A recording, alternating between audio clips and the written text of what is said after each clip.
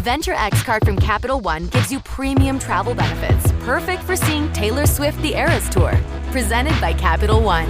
Ooh, I do love her. Earn 5 times miles on flights and 10 times miles on hotels through Capital One Travel.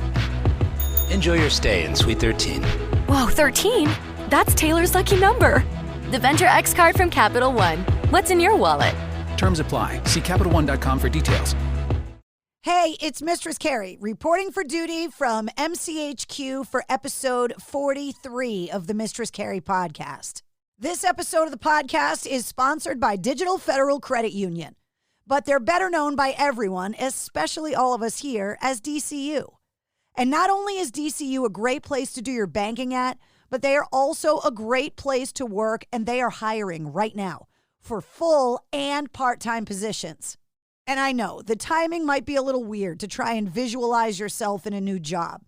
But at DCU, they're here to help you make that change, along with offering a benefits package that includes 3 weeks vacation, a competitive salary, a generous bonus program, 401k plan with 100% company match up to 7%, plus tuition reimbursement, a student loan payment assistance program, and so much more. So to learn about DCU and the career opportunities available, visit dcu.org/careers. DCU is proud to be an equal employment opportunity and affirmative action employer. This episode of the podcast is also sponsored by MistressCarrie.com, which is where you can find every single episode of the Mistress Carrie podcast. The new ones come out every Wednesday.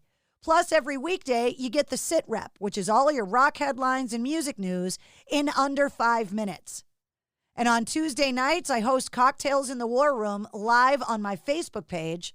And every episode, all 126 of them, are on the website as well. Plus, the events calendar that's starting to get filled with concert dates and live streaming shows, my blog, my photo galleries, and the official online Mistress Carrie store. Just log on to MistressCarrie.com for everything. Okay, this episode of the podcast, I couldn't believe it when they said, yep, he's coming on the show. Rick Nielsen from Cheap Trick is a legend. And the band is getting ready to release their 20th album, In Another World, on April 9th.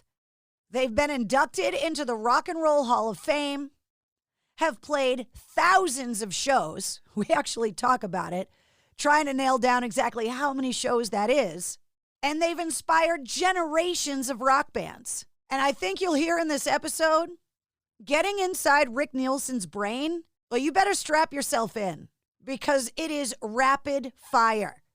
We talk about everything.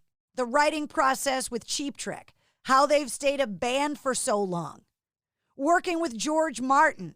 And that's just one of the giant names he dropped, like Dave Grohl, Paul McCartney, Jeff Beck, John Lennon, Billy Gibbons, Frank Zappa, Keith Richards, and more. And the corresponding playlist for this episode is awesome. I'm telling you, you're going to need an extra coffee for this. Allow me to introduce you to Rick Nielsen from Cheap Trick.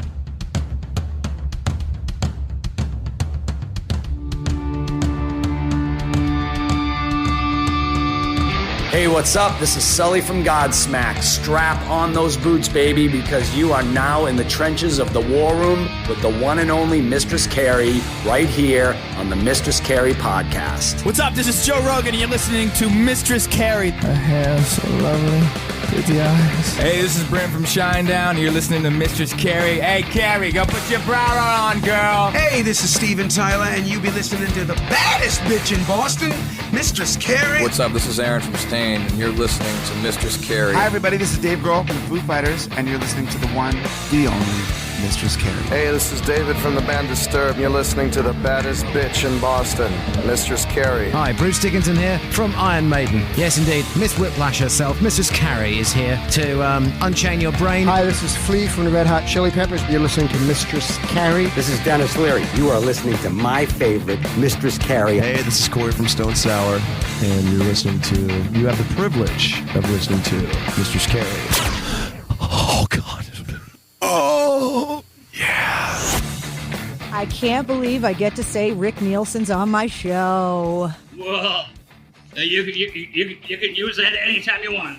I am so excited. Thank you so much for coming on. I think I had you on my radio show years ago at WAF in Boston, but this is your first appearance on the Mistress Carrie podcast now. I know, it's pretty cool. Thanks for coming on. Of course, you're very busy right now because you're promoting your 20th studio album, which is insane. It's ridiculous. It's been an album that has been a couple years in the making. This record was done and then got delayed and then got delayed and then got coronavirus, and now it's finally coming out on April 9th. Yeah, no big deal.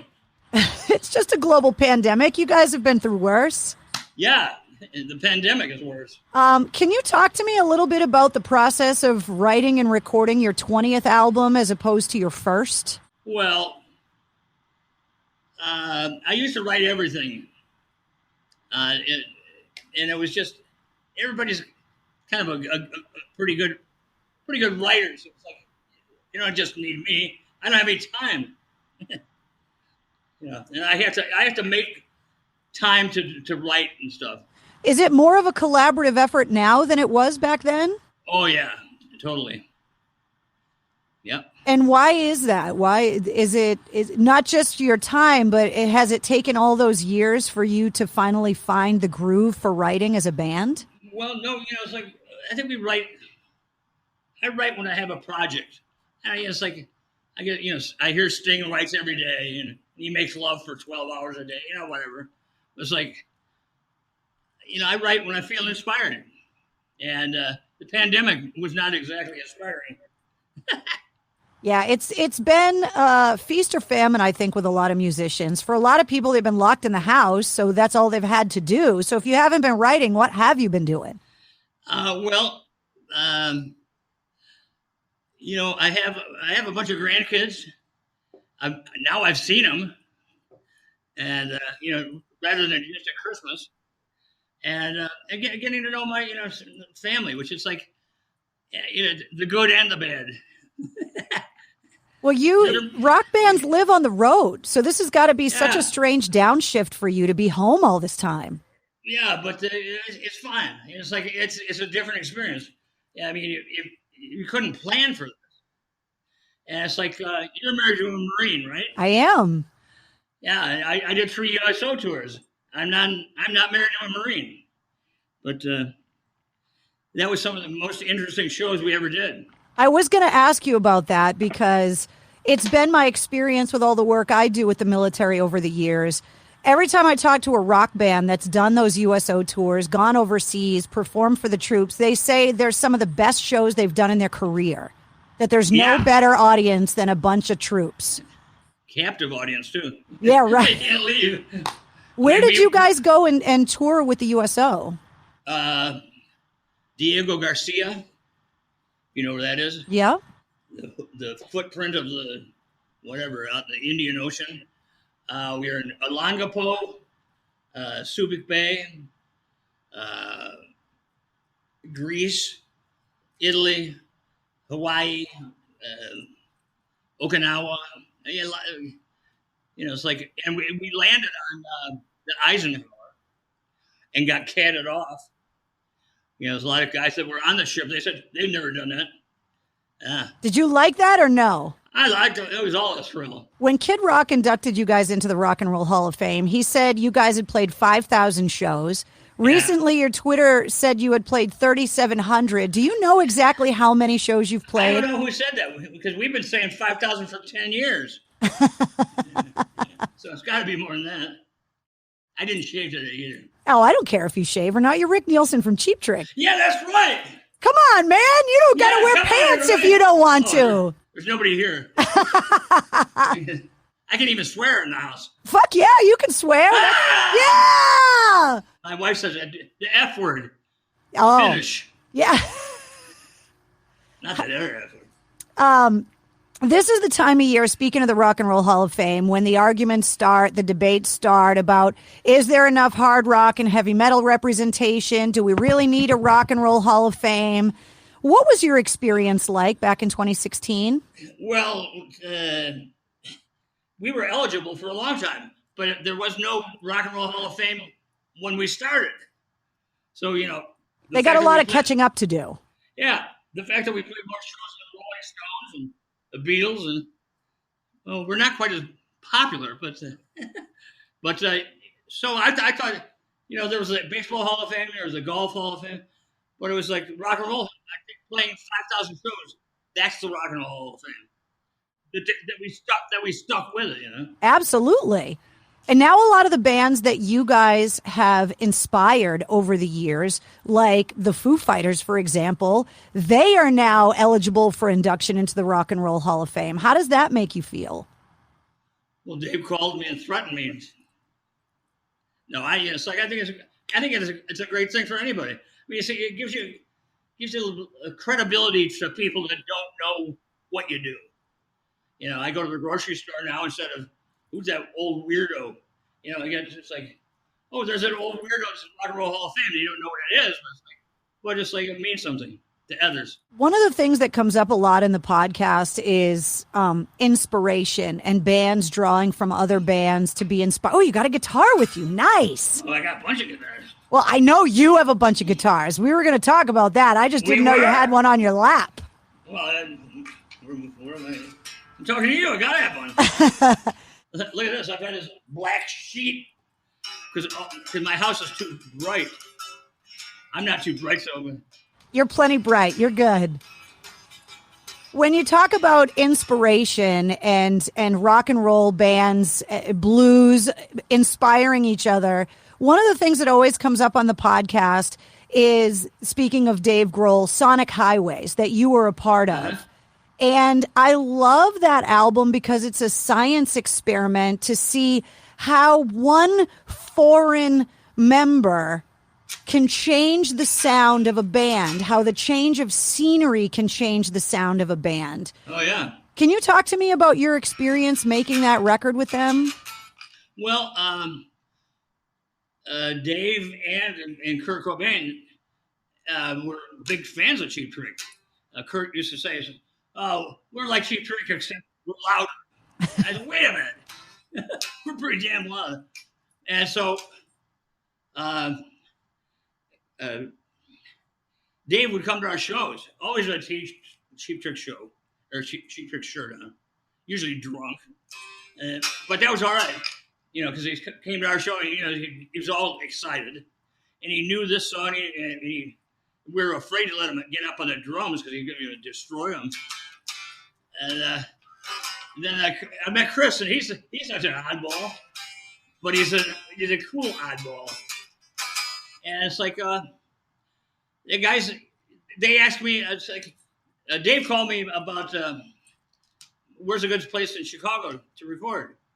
And I said, well, my son helped build Electrical Audio with Steve Albini. And I said, Steve's a great guy. He's one of the smartest guys in the business. Really, he's so interesting. And he picked up the phone when I called to him. And so I left my Mellotron there, and I said, there's the place to go. And so then a couple months later, hey, Rick, we took your advice. Hey, can you come into Chicago? It was like the worst snowstorm ever. And so I said, yeah, of course I will. And so I drove in there, took some guitars with me or whatever. And I get in there and said, hey, we're going to do a video tomorrow. Can you stay over? No, please tell me. I live 90 miles away from, you know, and it's the snow. I couldn't even go home anyhow. And so then Come on, Dave, put me up in a hotel, will ya? Yeah, well, I see I recorded at Sound City in Hollywood, or L.A., Toluca Lake, or whatever it was. And it's like, I go into his studio, and there's a cabinet, Cheap Trick logo on it. You know, you sucker, you stole it from us. You know, so you have all kinds of gear in there. It's like, and once again, I didn't have pockets that were big enough. I don't know, I would have taken it back. But they asked me to play on the song, and because I'm not hired ever as a session guy. You know, I've played tons of sessions, but I'm hired to do what I do. And, I don't think I disappointed them. So then we're in Chicago, Electrical Audio, and they wanted me to play the riff part in Can to Can or whatever. And it's like I'm playing a mandocello tuned real low, and they're all watching me. And I actually had, here. Here's the hat I had. Oh, your fuzzy hat. There you go. Yeah. So I'm sitting there doing it, and as soon as I stop,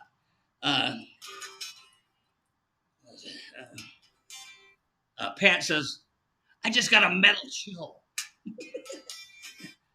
That's a good thing for them. Yeah, no, it's absolutely a good thing. So it's like, how do I get involved in it? I gave him advice, and then if you're going to call me and let me know I'm staying overnight. It's like no notice. They know they're going to be there, but it's like, hey, Rick, thanks for your advice. Oh, by the way, can you drive in here, pick us up? You bring up the Sound City documentary, and recently Rupert Neve passed away.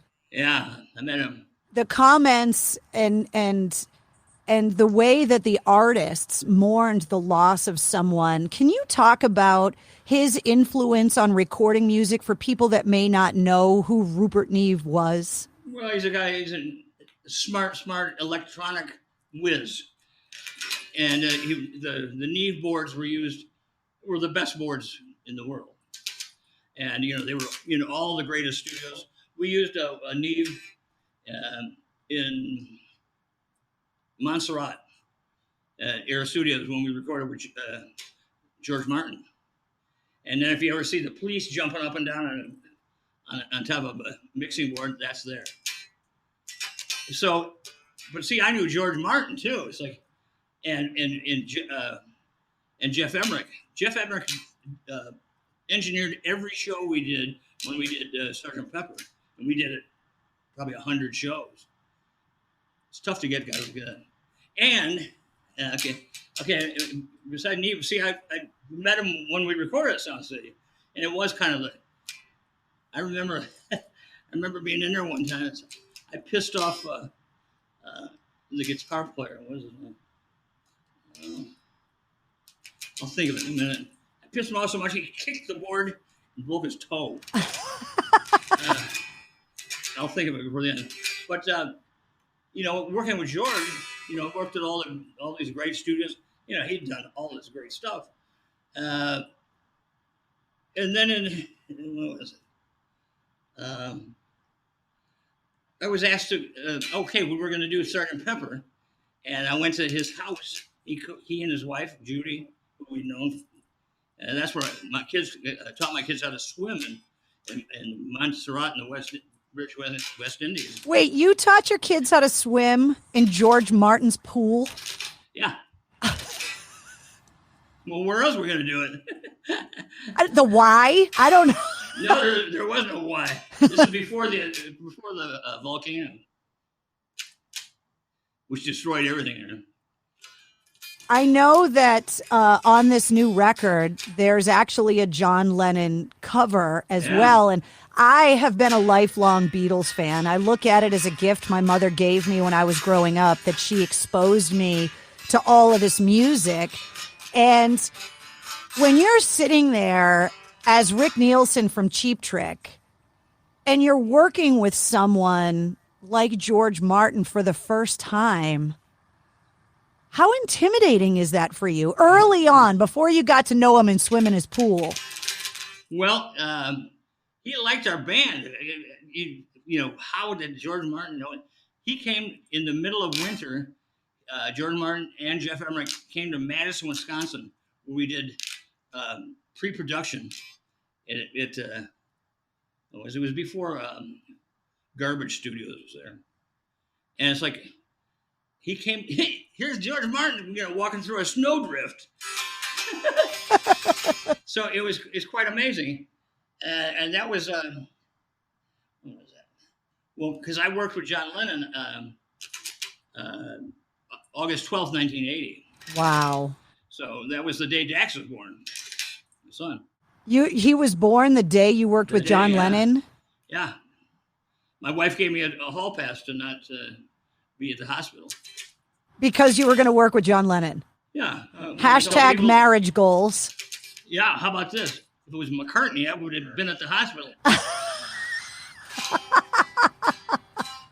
Because he still owes me money. Paul McCartney owes you money? Yeah, the left-handed Les Paul he plays, that was mine. No way, really? Way. Well, there are people, since the passing of Eddie Van Halen, there's been a lot of conversations about the instrument of the guitar. Oh, yeah. And I believe there are people that look at the guitar for what it is. And then I believe there are people that look at the guitar for what it could be. And I believe you are one of those people that looks at it like what it could be. Yeah, if I could only play. Here's my holy grail. All right, so you're showing me a picture. I'm showing you a picture because I had done another interview earlier. If you go to buy any Guitar Center, this picture of me with that guitar is in there. It's a 1963 Guild Merle Travis.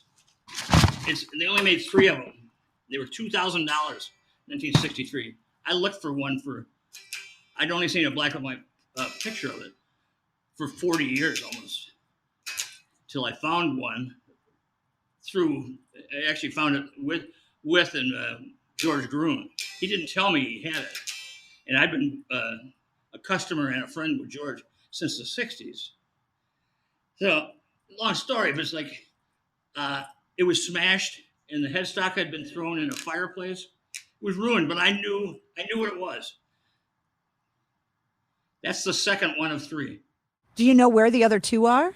Yeah, Merle Travis has one, and a guy on Long Island has the other one. He's a billionaire guy. How many guitars do you think you've owned over the years? Around 2,000 instruments. And how many of them do you still have? Well, I have about 800 instruments. I have 500 guitars, something like that. I just bought another one yesterday. What'd you buy? I bought the same as this one, a 1962 Dwight Coronet, which is like an Epiphone cornet. See the D on there? Yep. I got it. I've been trying for 3 years to get it. I bought it from Paul Weller from the Jam. No way. Way. It shocks me that you would have to hunt for guitars for 3 years to find. Oh, well, no, I knew where it was. I couldn't get you had to come up with a price. I paid more than I paid for any of the other ones. But I just did I need it? No. But did he want to get rid of it? I guess. So my friend is picking it up, a friend of mine who's from where I am in Illinois. He lives in London, who's a friend of Paul Weller. So he's going over to pick it up. When you have these 5-neck guitars Well, that's ridiculous. or the guitars that look like you. That's good. How do you come up with the idea and how much of the construction are you involved in? Well, one, they all have to work. All the necks have to work. It has to be ridiculous, which it is. And it's like, why would you want that? I wanted a 6-neck guitar, and I wanted to spin like a roulette wheel. And then right around that time, there's Billy Gibbons had those guitars that spun. I thought, well, they're going to, I don't have a beard, but they're going to think I stole the idea from him. But it was just like people would walk out on stage, like some of these musicians, they come out with their 1 or 2 guitars, and they'd go all over. Like I said, I'm a songwriter. I don't play that good. So it's like, but having a piece of art, when you talked about that earlier, the 5-neck was at the Boston Museum of Fine Art. It was also at the New York MoMA or whatever it's called. Sure you had Eddie Van Halen's guitar, with the tape on it.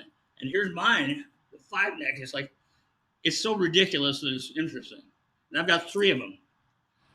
When you come up with an idea like that, does your guitar tech just look at you and shake his head because he has to deal with that at the live shows? None have ever liked me. None of the guitar techs? Oh, hell no. Here, look. Oh, you're taking me around. Look what I got up on the wall here. Is that a 5-neck giant violin? 5-neck violin. Can it be played? I don't know. I mean, it's on your wall. Do you play the violin? No. Well, I used to. We used to do a song called "I Was Cool," and I used to do it because my dad had a music store, and he had these violins that had little pickups in them. You know, they were not very good. So I do was Oscar Brown. That's who it was. And I do the song, and I go up and play the violin, and I smash it. It was just like, we've never had big lights or never had, stuff that blows up or fire. So we, had to rely on our bad taste. Well, you didn't need that stuff. I mean, Cheap Trick is known. Yeah, but it was kind of fun. It breaks up the set. Yeah, and you're known as being this amazing powerhouse live band. So much so that you have one of... Where were you for the first 3,000 shows? Hey, listen, I was there. I was a little too young in the beginning, but then I was there. We were all a little too young in the beginning.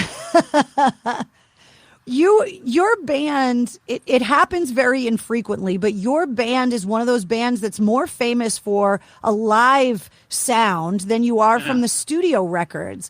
That's really hard to pull off a live experience on a record. Well, we kind of learned what we do. We're guitar, bass, drums, and a vocalist. And it's like people used to say to us, how do you get that sound? It's like, it's just kind of how we play. And it's like, I'm self-taught. So like some people play an A chord here. I go here. And I tell people I never try to do chords where I have to look at the neck. So I'd rather look at the audience and you. Oh, thank you. I am always amazed when I talk to guitar players about how so many of them are self-taught and play by feel. Like I talked to Nuno Betancourt a couple months ago. He told me he can't read or write music, and I was floored by that, and I've known him for decades. Yeah. He's got good hair, good taste. He got it all. And a cool name. I'm Rick Nielsen. That's nothing. But is that how you learned and how you still play? I mean, you're a songwriter, but are you writing the music? I started out as a drummer. And I used to have to get off the drums because my parents being opera singers and all that, I always knew a wrong note from a right note. But I didn't know, I didn't do any technique because I was a drummer. I played drums until I was probably 14. And then the guys that were in the band, here's Sass Fashion. And they play it wrong. It's like, here, I had to get off the drums and figure out and show them. And before he knew it, I was doing it. And it's like, the bands that I loved, I saw all this stuff. I played with the Who in 1968. I'm sorry, I'm just sitting here watching you play guitar. Oh. Tell me about playing with the Who in 68. In 68, we were called the Grim Reapers, I think. We played a place called the Majestic Hills. And we'd been kind of like a house band. We opened up for Mothers of Invention, Frank Zappa. I did an interview with Dweezil, and I told him about the story. I said, here's the Mothers of Invention. They pull up in 2 brown Rambler station wagons. And it's like, really? He never heard that. Plus, we had just signed to Epic Records. And Frank Zappa he said he wanted to sign us to Bizarre Records. Because we were goofy enough. We probably weren't good enough, but we were goofy enough. You talk about the Zappas. There's another example of a family where the musical ability runs in the family as it does in yours. Yeah. It's like I never taught my kids anything. If my kids would cry and couldn't figure it out, then I would help them. But I said, what good does it do to show everybody what to do? If they're struggling here. I have given a couple of guitar lessons. Here's what I'd teach. No, go down. No, go up 2. That's every song. But if you can learn that and keep your rhythm, you're set. Can you talk to me about, because I want to go back to talking about John Lennon and the John Lennon cover on the record. I'm a huge fan of cover songs because I love it when a band kind of takes someone else's music and has to figure out how to make it their own. As someone that worked with John Lennon, what do you think about when you go into covering one of his songs? Better do it good. Well, it's like some bands, they go out and say, oh, we're going to do a Queen song. Well, let's see. You better be freaking really good because, you know. They're kind of amazing. Yeah. And we were never afraid to play with anybody because, you know, it's like we never tried to be anybody. And it's like the people we emulated it. Trust me, we didn't do, like I said, I would have been at the hospital with McCartney. But John Lennon, the opportunity to, I got to get can send me your email. Sure. I can't write it down, but send it to Carla, whoever you talk to. Yeah, I'll get it sent. Because I got a couple of things that are kind of funny. Like working with John Lennon. And it's like, and Yoko. Have you ever heard Yoko say anything nice about anybody? Yes. Cheap trick. Well, it just, I couldn't buy, you couldn't buy these things that we've been lucky enough to do. Well, I just think it's hilarious that you're so lighthearted about your career and your band and you don't take yourself seriously. Meanwhile, the anvil-sized names that you've worked with that you're dropping right now. Yeah. I mean, your career has been unbelievable. Oh, well, I agree. I mean, when George Martin was doing the making of Sgt. Pepper, he's deafer than I am. And so I'd have to go to these shows and interpret the questions from the audience, whisper it to his ear. He liked me for some reason. Not a bad friend to have in the music business. No. I got asked to go to his memorial service, too. So my wife and I, we flew to London. I took my friend who, and all of a sudden we're like in the third row. Here's Pink Floyd and Genesis and Elvis Costello all behind me. It's like I'm Rick from Rockford, and it's like, and so at the end, Yoko and Sean and Julian are standing there. So I was just talking. It's like, Julian, he knew us, and I think he knew my son too, and he knew, we kind of knew a bunch of the same people, but we're not big hot friends or whatever. And I worked a second time with Yoko too, but all of a sudden, coming down the aisle, hello, Rick. Hello, Paul. And so it's like, he knew me. So I had to ask somebody, who is that? But here's another funny story. When we were recording at Air Studios, we had Brian May came to see us, and Paul McCartney was coming to see George. And it was raining that day because they were going out for dinner or whatever. So Paul didn't want to get wet. So George went down. We never saw him there. But Leif Erikson did. How can you make up something like that? You can't. Yeah. So it's cool. I'm dying laughing over here with these stories. They're true. I can't remember anything that I have to make up. Well, that's the thing is that, as I watch your Twitter feed, which I love because it's this time capsule of all of these amazing photos of all of these artists that you've met and worked with over the years. And I just love how you're using social media to... I use them. No, but these pictures, they're this amazing rock and roll time capsule of a life that you've led. Yeah, and that's... I was born before they had iPhones. So was I. Actually, I have a lot of people that I've met and been with that I had no pictures. Right. So I don't show those. Out of all the shows you've played over the years, Even though Cheap Trick was never known for its big stage sets, pyro, that kind of stuff, you were just known for getting out there and kicking the hell out of the crowd.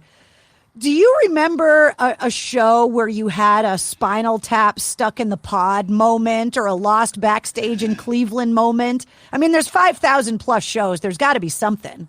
Oh, it's every show. No, but here's something to show you. We were at playing in. I don't have this junk laying around my house for no reason, but I've been doing guitar videos and stuff with a couple people and doing stuff. Here we're playing in Salt Lake City. It's 1979. All of a sudden, this guy comes backstage. He says, I'm Fats Domino's manager. Fats loves your version of Ain't It a Shame. And back in 55, I think they got one for the artist and one for the producer or whatever. You know, they weren't equal. So they... Fats Domino gave you his gold record? Yeah. Ain't It a Shame. Oh, my God. So we had straws, and I had the biggest straw, thank you. Oh. Oh, no, I didn't mean it like that. Uh-huh. I wish. But I've always wondered when you cover an artist. That? It's amazing. Yeah. And so obviously, you know, finding out from Fats Domino that he loves Cheap Trick's version of his classic song, that goes into what I'm talking about cover songs, and that you want to pay tribute and homage to the original artist, but at the same time, you have to find a way to make it your song and be respectful. Yeah, because it's a cool, Lennon did it too. Ain't That a Shame? And if you think about it, here's some other guitar trivia. In 1968, I'd gone to see the Yardbirds, and then in 68, Jeff Beck came over with Rod Stewart and Mick Waller and Ronnie Wood and Nicky Hopkins. I flew to Cleveland to see him. There was about 8 people at this place. I was still in high school because I love this kind of stuff. I flew there, and about 2 weeks later, they were playing in Chicago, and I was seeing him at the Connecticut Playground. After Jeff's set, his roadie grabbed his guitar by the body and dropped it on the floor and broke the head off it. So, I'm a guitar guy. It's like, here's my favorite guitar player. So it was easier to weasel backstage back then. It's like, I don't look dangerous till now. It's like, so I said, Jeff's my favorite guitar, and you don't even know what happened here. I collect guitars, and he needs a good guitar. And so I gave him my phone number. 2 weeks later, hello, Rick, still got guitar? Yeah, hold on for Jeff. Hey, Jeff? Yeah? Yeah, it's Rick. You still got guitars? Yeah, hold on. He handed me back to the manager. He said, well, can you come and see us and bring some of your stuff? I said, sure, where are you? Philadelphia, of course. So I got a friend of mine who took 5 guitars and flew to Philadelphia. I still have the tickets. And I sold him the second Les Paul Jeff ever had. I sold them. Yeah. You can't make up shit like this. You can't. You're like an encyclopedia of rock and roll, and I know what I know. Well, you know a lot for a guy from Rockford. Hey! That's what you said earlier. I didn't mean that. That hurts. When someone says Rockford, Illinois, I think of 2 things. I think of Cheap Trick, and I think of the Peaches. Oh, yeah. Were you ever able to go and see them play, or was that before your time? I used to see games were played there. It's called Byers Stadium. It was just, it's like, I don't know, 10 rows up or something like that. It was not even a stadium. It's like a side with this. We'd heard of them, but, it's like, even I wasn't born before the Second World War, so. Well, no, but I know they were a team through the mid-'50s, so I didn't know if you ever had the opportunity as a little kid to go. I lived in Elmhurst, Illinois until 1956. One of the things that keeps coming up on the podcast... See, I didn't have a great story after that. No, I had to ask, though, because you could have. Yeah. One of the things that keeps coming up on the podcast, because everyone's been locked in the house, is fantasizing about the trips we're all going to take when we can actually travel again. If I were going to come to Rockford, Illinois on vacation, No. where should I go? What should I do? Well, in about 2 years, I've been working on this for about 12 years. We 2 years ago got the clearance. Hard Rock Casino is moving here, and out front there'll be a 70-foot checkerboard Explorer. No, they're going to put your guitar up there? Yeah. Hell yeah. Not one of those ugly Les Pauls. It's like what an unbelievable tribute. Yeah, that's amazing. Yeah. Now, what about if we were going to go out for lunch somewhere out there? Like if you were going to come to Boston, I would take you out for clam chowder and lobster or something like that, because that's what everybody wants to do. What would we have for lunch if you took me out for lunch there? Well, I got a place here. Been there about 20 years. I bought it from a lady whose only daughter was dying of cancer. It's like, it's called a Stockholm Inn. Swedish pancakes. Yum. 12,000 customers a week. Come in for Swedish pancakes? Oh, yeah. It's unbelievable. You're a busy guy with a lot of stuff outside of Cheap Trick. You have a vodka now, too, which is just brilliant. Yeah. Yeah, well, I don't even drink anymore. What a waste. And I have a restaurant in Chicago. I quit drinking right as I invested in it. And they've been there 20 years. Peace, P-I-E-C-E. Well, I'm a vodka girl, and I'll take care of you. And rockin' vodka sounds like something. I have a video show that I call Cocktails in the War Room, and I have a room in my house that's dedicated to all of the military lineage in my family and all the things I've done with our troops and veterans over the years. And every week I host a show from my war room. Your address. Oh, I'm gonna. I am gonna. Because I drink Moscow Mules in there all the time, and I want to use your vodka. Yeah, it's great stuff. I mean, we've just struck I don't want to talk about business. No, come on, go ahead. A lot of the bands are. I love talking about the other things you're doing besides being in Cheap Trick. Like that wouldn't be enough to keep you occupied. Yeah, well, I helped start Reverb. With that company. Yeah, I'm one of the first guys. You seem like someone that has a very hard time sitting still. That you always have. Yeah, come on, let's go. that has to stay busy all the time. But you seem like someone also that has a lot of varied interests. That you're not just myopically focused on playing the guitar. Yeah, there's all kinds of stuff here that I just rehearsing here. There's a bandocello, a one of a kind, and there's a guitar that Billy Gibbons gave to me. I have one of the guitars that John Lennon had. He has the three. He painted different ways. You ever seen that? No. Oh my God! You're going to get one of John Lennon's guitars. I'm literally going to fall over.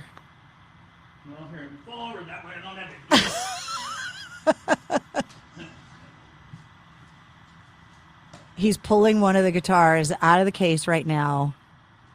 Well, if you were here, I'd let you do it. Well, listen, I would have much preferred to sit on that couch and do the interview with me, but first of all, there's a pandemic, and second of all, I don't want to get arrested for stalking Rick Nielsen from Cheap Trick. Now, you won't be the first. But you're way cuter than the ones that... Well, thank you very much. I appreciate... Oh, and it's got purple fur lining in the case even. Oh, my God. It was a tune when I bought it. So that... Yeah. Tell me exactly what kind of guitar that is. Give me all the specs. Gibson, I think it's a J160. It's not a tune. So. Who painted it? Did John Lennon paint it? No, the Fool. Do you remember the Fool? Yeah. That's who did Eric Clapton's SG. That now Todd Rundgren knows it. And that's one of John Lennon's three? I don't know how many. Not everything I have is rare, except my... Never mind. Nope. Do you mind telling me, because obviously I will never have the ability to find out myself, can you tell me a story about John Lennon that exemplifies the kind of person that he was? Well, yeah. And I asked for your email or your thing. Yeah, I'll send it to you. And because it sounds phony with me telling the stories. Jack Douglas wanted to have a kind of a heavier song. If you listen to Double Fantasy, it's kind of like it's like a lounge act to me. You know, it's as good as John Lennon. It's like, there's a little too much tinkle and sizzle on it. So they asked me to come in, and you'll see it on this video thing. When I start playing, and while I'm doing the part that I figured out to do, you know, I'm working with John Lennon, you know, and I got to play some sissy stuff. So I play, and John and Jack and Yoko and Bunny are all in the booth. And he says, God, I wish I would have had him on Cold Turkey. Clapton choked up.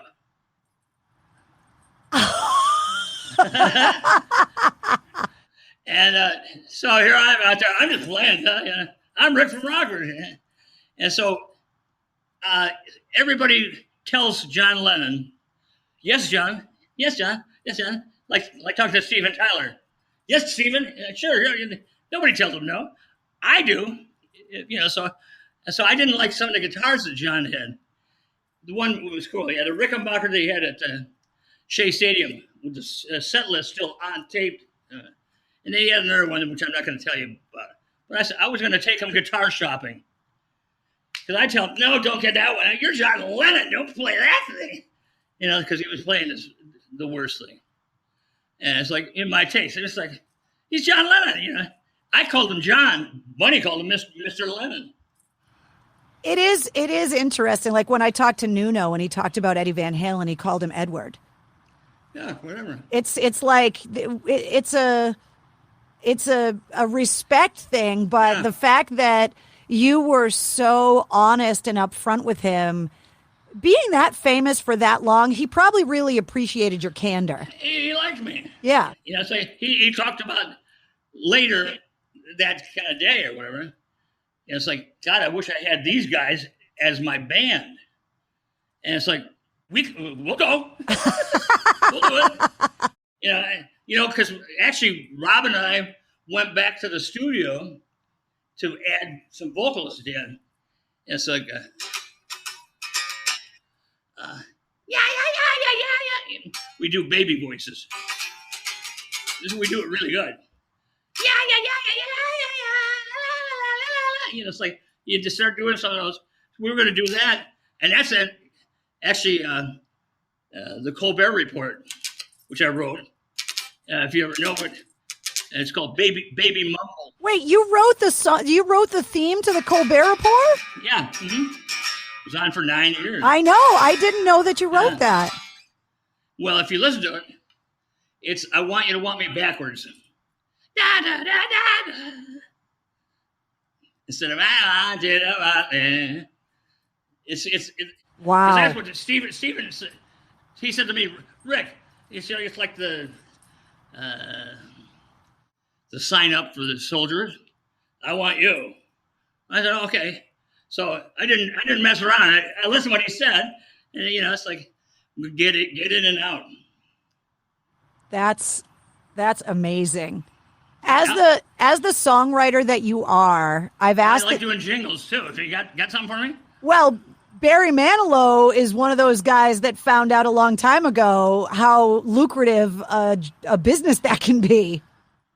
Yeah, well, I'm in Rockford, Illinois, so I got plenty to do. But it's like I love playing with the Foo Fighters, and I love playing with all these different guys. I've looked it up. One of the records that I played on, I never thought about it. And Steve Stevens reminded me because we're both on Top Gun. That sold 9 million records. That's more than he ever did with Billy Idol and I ever did with Cheap Trick. Wow. And so nobody from the record company ever gave me one. So I'm hunting it down to get by myself. Yeah, really. The Top Gun, the gold record? 9 platinum. Wow. Hello. As a songwriter, out of I'm a whore. Yeah, you are a whore, but that's a good thing. Dave Grohl is a whore too when it comes to music, and it's a good thing. Make love to the present. Whatever you're for sale. Out of all of the songs that you listen to as a fan with songwriters' ears, I've asked this question a few times and I've loved every answer. What's the one song? What's the one song that you wish you wrote that's someone else's? Go All the Way by the Raspberries. Really? I love that song. They had the attitude of the Small Faces for an American band. What is it about the structure of the song that you love, though? Oh, it's just got all the right parts, and not too many bridges, not too many.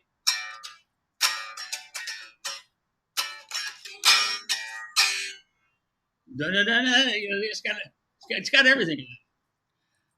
And we played with those guys in New Jersey or in Delaware or someplace. When we were living in Philadelphia, it was like 1970 or something like that. We go in there and say, well, you guys are going to play another set, right? No, it says here in the contract. The owner pulls out a gun and says, yeah, what do you want us to play right now? Was that the only one out of the 5,000 Cheap Trick shows where somebody pulled a gun? Oh, no, there are a few more. Were there really? Yeah, but this is like the mafia mob kind of guys. Like, oh, come on. But of course we did it. Well, yeah. Well, hopefully you won't have any more guns pulled on you when Cheap Trick can finally get out on the road. And we're finally getting this album that's been a few years in the making, In Another World, which is coming out on April 9th. And the latest song to come off of it, Light Up the Fire, comes out burning from the first bar. I mean, you're not sleeping on that song.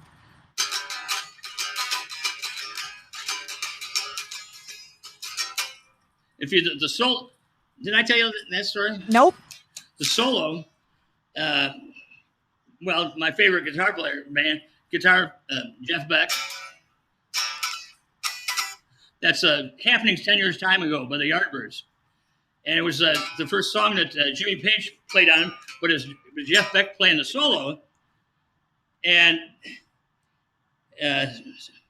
Light Up the Fire. Go back and listen to it. I will now.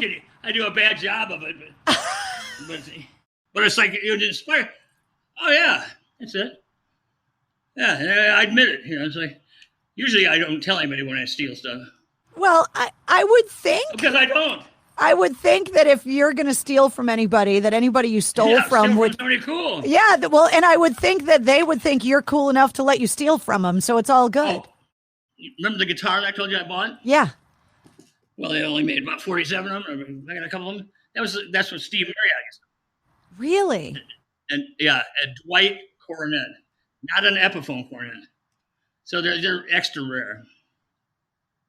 Well, every week when I release these episodes, I put a corresponding playlist together of all of the music from all of the artists that we talked about in the episode.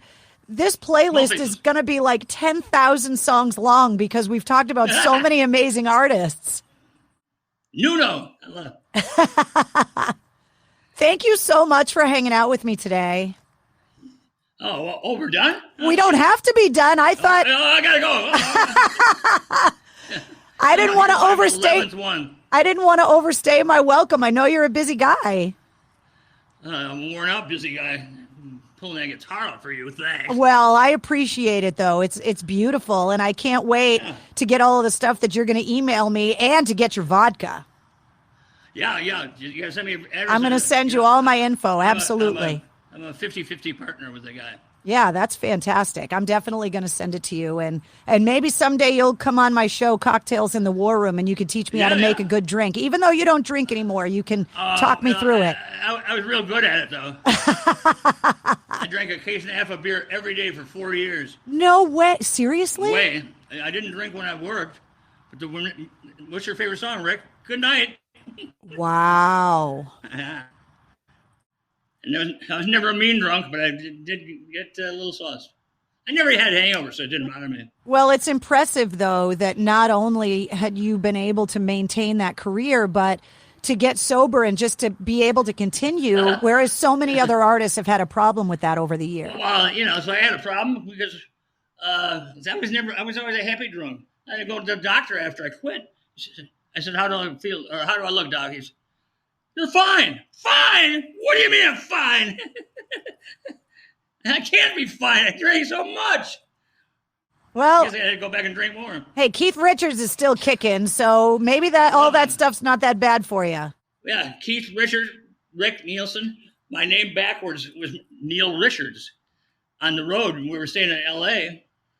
at the same hotel. And so I talked to him about it. He says, that's where all my women went. All right. That was the alias you used to use? Neil Richards. We'd never stayed in the same hotel. They'd never stayed in a place where we stayed. That is hilarious. Marquee. I always wondered if you guys used aliases back then when you stayed at hotels. I won't tell you because you're too nice a girl. Don't insult me like that. Come on now. You could tell me. Barry McCockiner. The what? Barry McCockiner. That was the name you used? Well, a sporting guy that I knew. My golf bag says Dick Hertz. Oh, I'm sure. Yeah, who's Dick Hertz? Well, there's a town in Massachusetts called Holden, so everybody always says Dick Hertz is from Holden. Never mind. I got you. Can I ask you a question about golf before I let you go? Because I talked to Alice Cooper recently. Yeah, I know, Alice. I got a house out there, too. I have never been someone that enjoyed the game of golf. What does it do for you? Well, my son was on the PGA mini tour for 2 years, but now he's got a 6 handicap, his wife, a job, and 4 kids. But I was asked to play with Alice more than once, and he said, "Rick, you want to play?" Sure. Okay, you're right. You're behind me. You're in the foursome behind me. So I played 3 holes and quit. But Alice and his wife Cheryl, and my wife, we're the only people he knows in rock business that's been married longer than him. Alice and I he gave me marriage advice because I just got married this past August. And I asked him for marriage advice because he's been married so long. Do you have any for me? No. Hell no. I've been married 51 years, but I've only seen her 4 times. 51 years. Yeah. We don't do the math. All right, sweetie. There he is. I told you to strap on and get an extra coffee. Rick Nielsen from Cheap Trick. The new album, In Another World, is coming out on April 9th, and the corresponding playlist that goes with episode 43 of the Mistress Carrie podcast is full of not only new Cheap Trick, but all the old favorites that you love, and all of the artists and those giant names that he dropped are all featured. It's linked right in the show notes of this podcast, along with all of Rick's social media accounts and websites and everything you need to know about Cheap Trick. If you liked what you heard, click subscribe so you don't miss anything. New episodes every Wednesday. Plus, you get the sit rep every weekday with all of your rock headlines and music news in under 5 minutes. And if you don't mind, give us a 5-star review and leave us a comment so we know what you thought. Huge thanks to Digital Federal Credit Union at dcu.org and mistresscarrie.com for sponsoring this week's episode. Join me every Tuesday night at 8:30 live on my Facebook page for Cocktails in the War Room. And there's a bottle of Rick Nielsen's vodka in there. The Mistress Carrie podcast, a proud member of the Pantheon Podcast Network.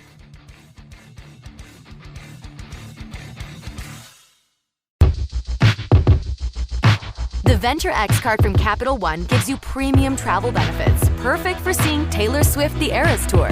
Presented by Capital One. Ooh, I do love her. Earn 5 times miles on flights and 10 times miles on hotels through Capital One Travel. Enjoy your stay in Suite 13. Whoa, 13? That's Taylor's lucky number. The Venture X card from Capital One. What's in your wallet? Terms apply. See CapitalOne.com for details. By now, you know that sound. It's the sound of the Home Depot. But what about those sounds? Those are the sounds of an LG wash tower with ultra-large capacity, serving up a powerful yet gentle clean in just 29 minutes. making this the sound of savings on the best appliance brands. The Home Depot. How doers get more done. Get up to 25% off the LG wash tower with ultra-large capacity and reduced wash time. Pricing valid January 5th through January 25th, 2023. Gas dryer extra. U.S. only. See store or online for details.